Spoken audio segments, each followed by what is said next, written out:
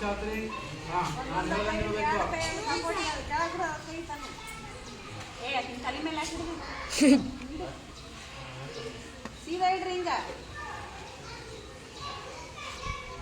ಭಾರತದ ಜನಗಳಾದ ನಾವು ಭಾರತವನ್ನು ಒಂದು ಸಾರ್ವಭೌಮ ಸಮಾಜವಾದಿ ಸರ್ವಧರ್ಮ ಸಮಭಾವದ ಪ್ರಜಾಸತ್ತಾತ್ಮಕ ಗಣರಾಜ್ಯವಾಗಿ ರಚಿಸಲು ಮತ್ತು ಅದರ ಸಮಸ್ತ ನಾಗರಿಕರಿಗೆ ಸಾಮಾಜಿಕ ಆರ್ಥಿಕ ರಾಜಕೀಯ ನ್ಯಾಯ ವಿಚಾರ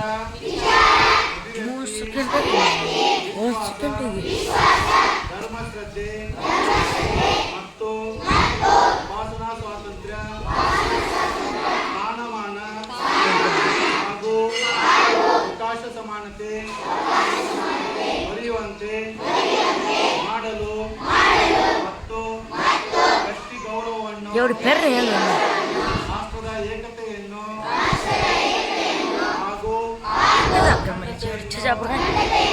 ನಿಶ್ಚಿತಗೊಳಿಸಿ ಅವರಲ್ಲಿ ಮಾತೃಭಾವನೆಯನ್ನು ವೃದ್ಧಿಗೊಳಿಸಲು ಶ್ರದ್ಧಾಪೂರ್ವಕ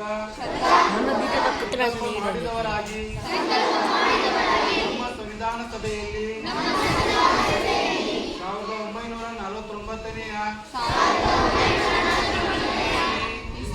ನವೆಂಬರ್ ತಿಂಗಳ 26ನೇ ತಾರೀಖಾದ ಈ ದಿವಸ ಈ ಮೂಲಕ ಈ ಸಂವಿಧಾನವನ್ನು ಅಂಗೀಕರಿಸಿ ಅಧಿನೇಮಿಸಿ ಅರ್ಪಿಸಿಕೊಂಡಿದ್ದೇವೆ.